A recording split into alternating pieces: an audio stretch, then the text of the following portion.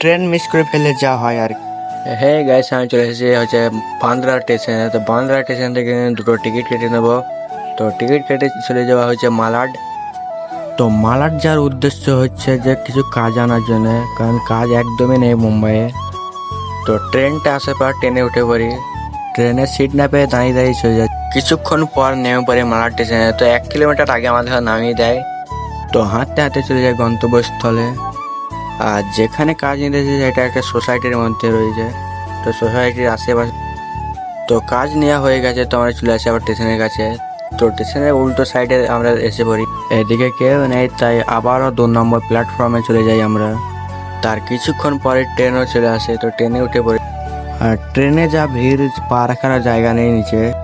তো কি আর করার, এইভাবেই চলে এলাম বান্দ্রা স্টেশনের মধ্যে। তো সেটা একটা অটো দেওয়া চেপে পড়ি। তো এই ছিল আজকের ভিডিও, আশা করছি ভালো লাগবে।